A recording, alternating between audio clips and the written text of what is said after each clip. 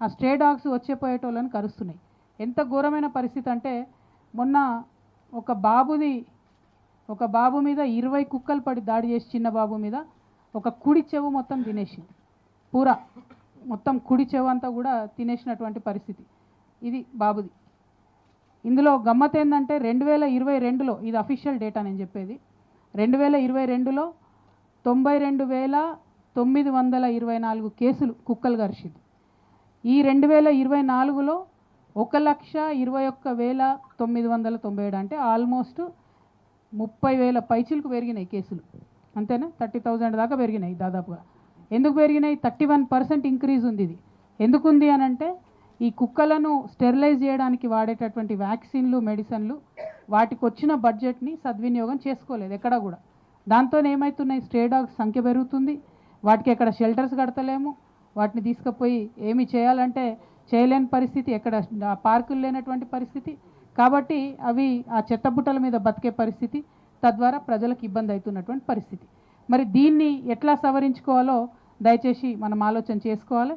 దీంతో చాలా ఇబ్బంది అవుతుందని చాలా చోట్ల కూడా ప్రజలు చెప్పడం జరిగింది.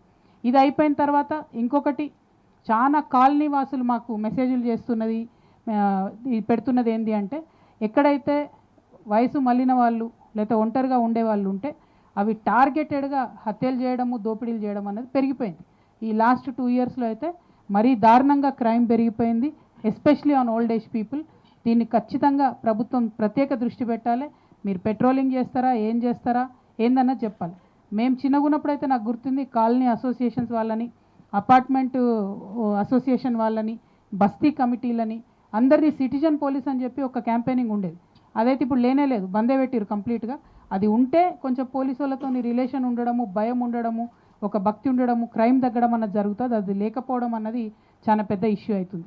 ఇంకొకటి చాలామంది మాకు చెప్పింది ఏంటంటే డ్రగ్స్.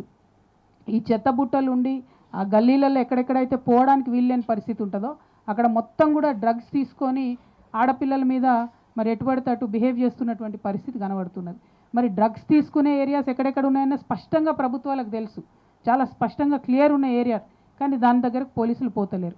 ఎందుకు పోతలేరు అన్నది అర్థమవుతలేదు.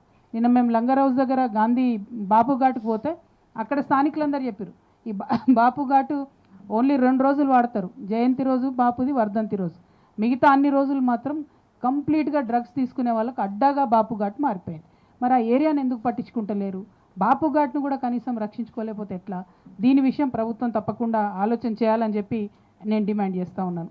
అదేవిధంగా అనేకమైనటువంటి సమస్యలు ఎక్కడికి పోయినా ఇది నీళ్ళు, మంచినీళ్ళు ఈ మురుగునీరు మంచినీరు కలిసిపోతే ఇట్లా వస్తున్నది కాలనీలలో. ఇది మేము యాకత్పూర కాన్స్టిట్యున్సీలో చూసినాం.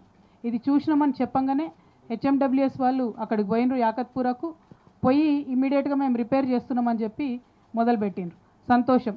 కానీ ఇంకా చాలా ఏరియాస్లో ఇదే ప్రాబ్లం ఉన్నది. ఇది యాకత్పూరాలో చూసినాం, ఇదేమో అడిక్మెట్ కాలనీ ముషీరాబాద్. ఇది మొత్తం ఇది పెట్రోల్ వాసన బీభత్సంగా ఉంది పరిస్థితి.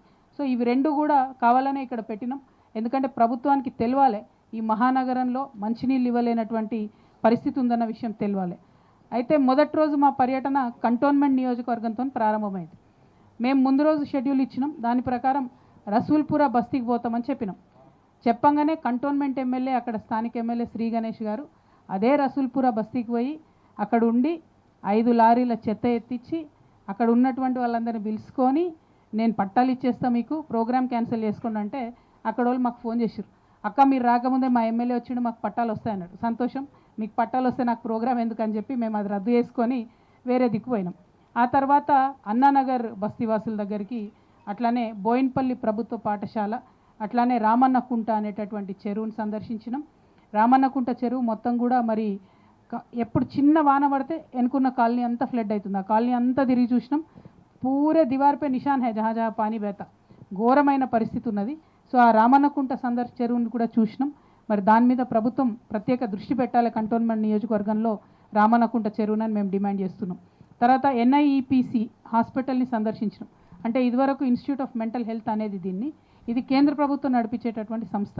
ఎవరైతే పిల్లలకు ఆటిజం ఉంటుందో, ప్రత్యేకమైన పరిస్థితులు ఉంటుందో వాళ్ళ కోసం కేంద్ర ప్రభుత్వం నడిపించేటటువంటి సంస్థ చాలా అద్భుతంగా ఉంది.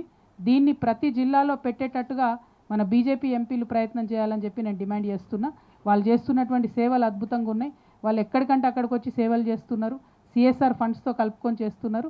కాకపోతే మనం ఇదివరకు కేసీఆర్ గారు ఉన్నప్పుడు భవితా సెంటర్స్ అని పెట్టారు. వాటిని అనుసంధానం చేసన్న జిల్లాలలో ఈ ఎన్ఐఎంహెచ్ సేవలను ఇంప్రూవ్ చేయాలని చెప్పి నేను ప్రభుత్వాన్ని డిమాండ్ చేస్తూ ఉన్నాను. ఆ తర్వాత సనత్ నగర్ నియోజకవర్గానికి పోయినాం. మేము దాసరి బస్తీని సందర్శించినాం. అక్కడ ఎంత ఘోరం అంటే చుట్టూ కాలనీ ఉంది, మధ్యలో ఒక ప్రైవేట్ డిస్ప్యూట్ ఉన్న ల్యాండ్ ఉంది. అందులో వచ్చి మొత్తం చెత్త ఆటోలు ఆపుకుంటున్నటువంటి పరిస్థితి ఉంది. దాంతో మళ్ళీ అక్కడ సేమ్ ప్రాబ్లం. చెత్త ఆటోలు అంటే ఏంటంటే ఎవరు అడిదికి పోరు ఆ స్మెల్కి. సో అక్కడ మొత్తం గంజాయి బ్యాచ్ తయారవుతుంది అన్నట్టు. అక్కడ మధ్యలో కూర్చొని గంజాయి తాగడము, మొత్తం వచ్చిపోయి ఆడపిల్లలు నేర్పించడము. Literally in the middle of houses ఉన్నది సనత్ నగర్లో. I'm requesting the honourable GHMC commissioner గారు, please take note, please visit you yourself for somebody. చాలా దారుణంగా ఉంది. చుట్టూ